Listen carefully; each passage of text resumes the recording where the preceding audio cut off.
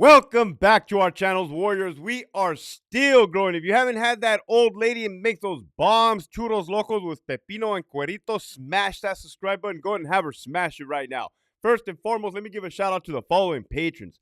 Fuck Your Chest Pains, Priya These Nuts, Lockdown 5, Crystal Bond, La Reina, Raymond, Hernan, Michael Mua, Winston, Alejandro, Trailero, 760, Grant, El Skid, Nathan, Hobie Cat, Lead With Love, Albert 12, AI Vega, Fio, Esquiel, Big Bad 48, JT, Nova, Jack, Linda, the retired CO, Michigan Wolverines, Mikey 559, the homie Marius, Chevelle 66, Abuelita's Journey, Gigi, and Daus Herrero. If you have not already signed up for that Patreon, make sure you hit that link in the description below. You are definitely missing out. This episode right here, man. Hector, what the hell do CEOs be doing on their off time? We know what they do at work, right? All the buffoonery, the scandalous shit, the acting a fool. What do CEOs green do when they are not working at the prison? Well, damn, that's a great question. I'm glad you asked, right? Presents a perfect topic for a video. Here we go. I'm going to walk you through the phases of life, right? Because you can join the department at the young, ripe age of 21 years old, man. You're still wet behind the ears, right? You still got milk on your labios, as my grandma used to say. You're just a young tyke, man. And I'm not talking about the barista generation. I'll talk about my generation because that's what the fuck I know, right? It's kind of common sense how this shit works. And then as a person gets older, as a person may settle down, may have children, towards the end of their career, what does it look like for the process? Cool. As a young officer, you're feeling yourself. You're feeling yourself. You have a badge. You have a prestigious career, law enforcement. And here's a freaking question that a lot of people have wondered. Yes, since you are a sworn peace officer in the state of California, Ron Davis, hence the penal code, wow, you are allowed to off duty carry a weapon, concealed carry. In all 50 states, George Bush or Clinton signed one of those peace officer bills, not right to carry, Peace Officer Protection Safety Act. You can Google it, man. Can law enforcement officers carry in all 50 states? Period. Man, that was easy. Fuck. Yeah, you got to qualify. You got to get certified and carry a little card with you. But anyways, I was just talking about now you got strapped young sureños on the street. Wait a minute, sureños. You got some strapped young sureños, but you got young strapped COs on the street. Think about it.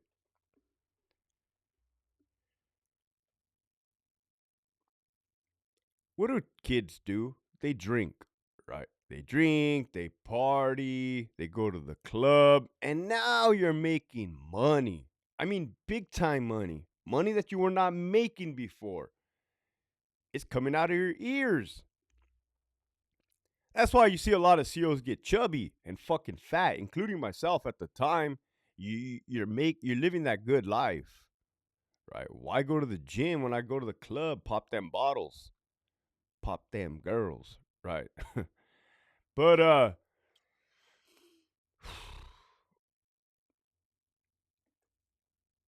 since you were at the academy with your buddies, that's who you know, that's your crew, those are your road dogs, right? So you keep it close.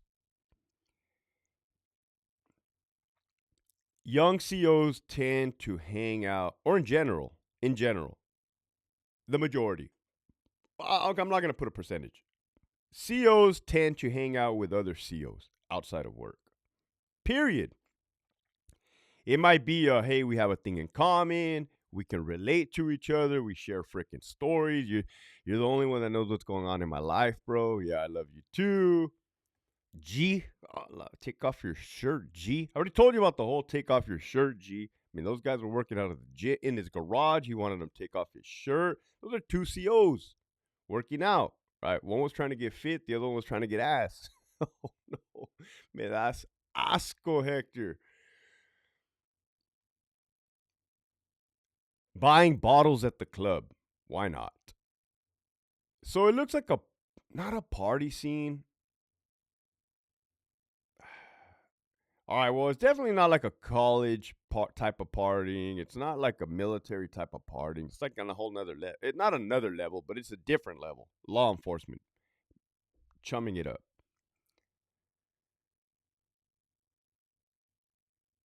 You could have a group of young, good-looking COs that are just trying to snatch up like the latest girls, right? Passing them around. And I talk about all this because it's relevant. It's relevant to the truth. What do you want me to say? That they're sitting around playing bingo or fucking chess? No, I'm telling you guys how it all coordinates. So those guys be partying, breaking hearts, and getting their hearts broken. And we all find out about it at the prison. Nothing's a secret. People get arrested out there on the streets. People get DUIs out there on the streets. People be slapping their fucking wife around in the streets 1, 2, 3, 4, 5 times. Then you promote to sergeant. Then you promote to lieutenant and captain. And then you could graduate onto grabbing your secretary's ass, titty. Then you're going to make AW. Man, the only thing you just need to start doing is embezzling money. You could become a warden. It's like you can see the path to success now. You got to get in trouble to promote. That's what they used to say. That's what you have to do. It's the truth. What do you want me to tell you? Now, middle-aged men. My father was middle-aged when we were a kid. When I was a kid, he also used to hang out with COs. And my dad's not even that type to like my dad's very private, very quiet, and very respectful and respectable. But his two compadres, my ninos, are COs or were COs.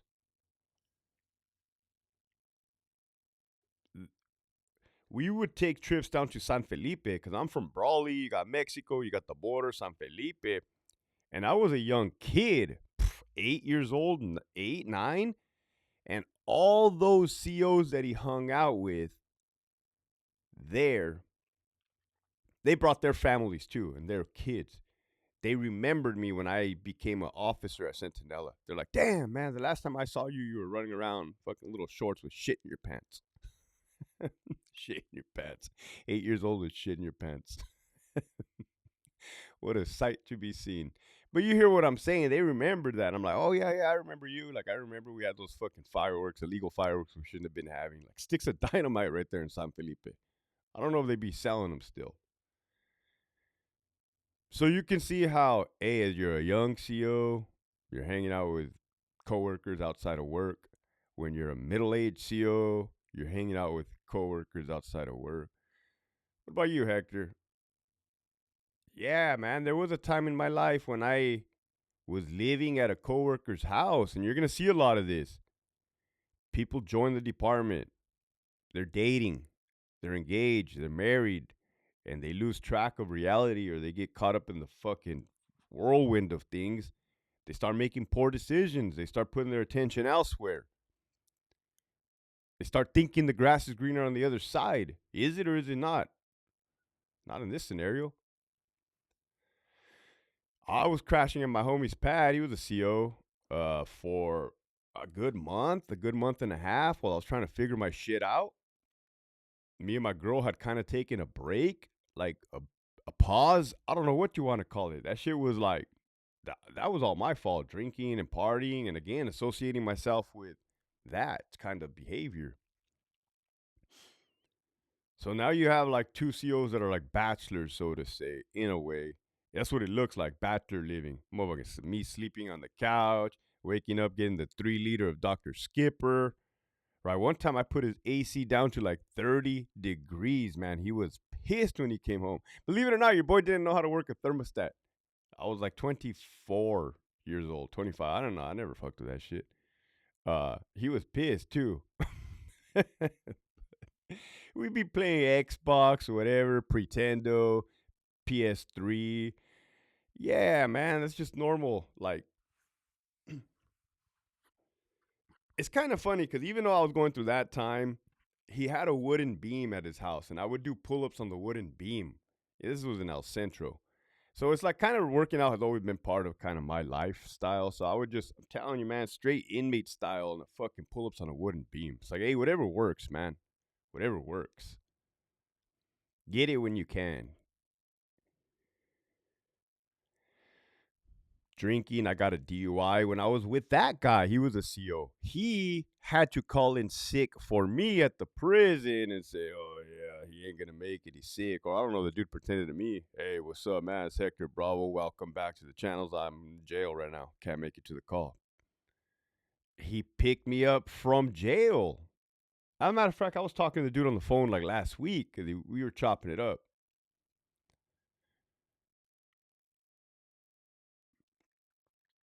Do we talk about prison? Yeah, that's the bad part about it, man. A lot of people. This is the turnoff. This is the turnoff. You don't want to, man. The person that baptized my daughter is a works for the department, right? I'm not gonna say what classification, but damn, I'm telling you, like, look at how this works.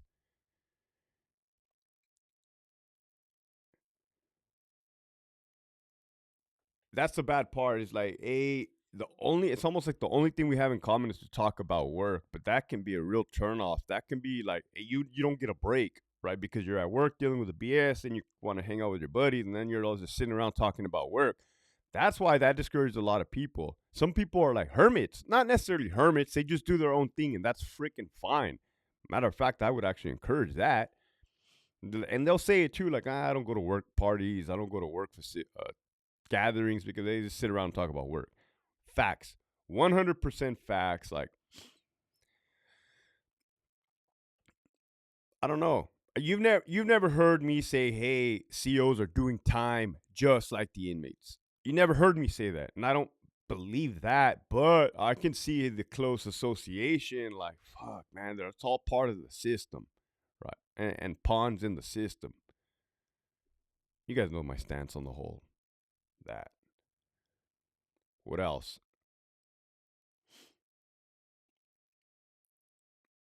Bring your kid to work day. They have a bring your kid to work day at the prison. Usually involves the administrators, all the ones that are chummy and like have free time to be able to do that kind of stuff. The rest of the troops are fighting inmates on Charlie Yard, getting slapped around, getting their neck adjusted, pony shows, dog shows, hand jobs laying out in the fucking yard, stealing dope.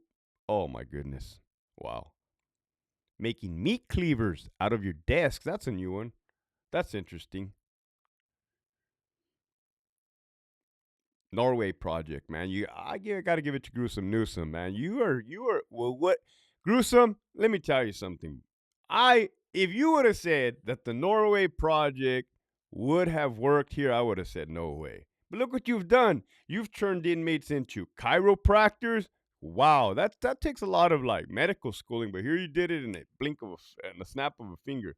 Culinary students making a meat cleaver. The intuitiveness is just mind-boggling. Like, hey, kudos to that inmate for taking the lead on the Norway project.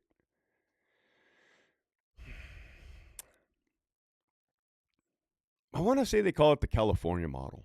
Let's for reference, let's just call it the Norway project, the Norway model. That's what it is. That's what they want.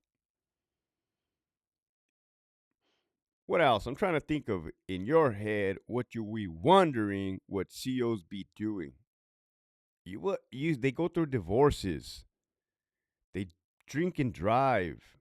They golf. A lot of these dudes golf.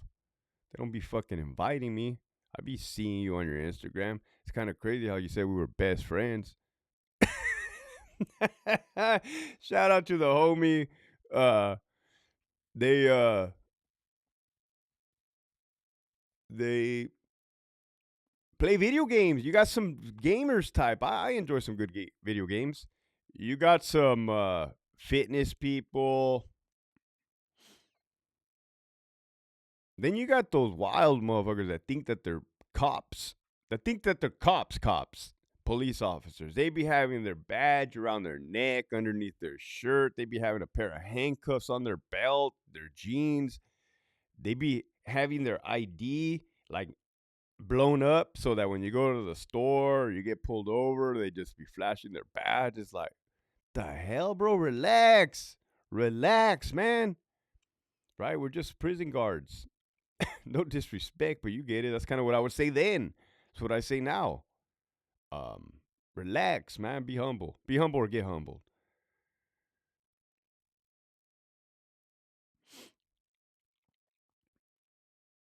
Kids sports. There's a lot of coaches for kids sports, and that's cool. I like that. Whatever service like you can give back to the community, I like that. I mean, I'm not athletic. I didn't play sports. I don't coach sports. That's for sure. But there's a lot of coaches. That's cool.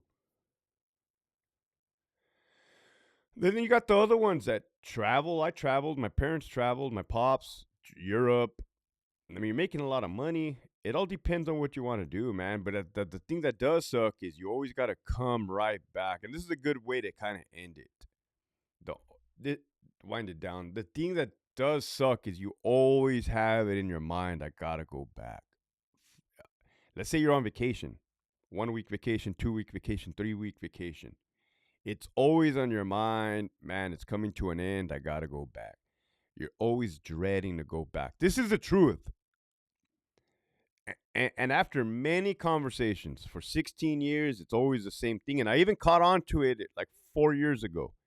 People were like, oh man, I just didn't want to come back. I didn't want to come back.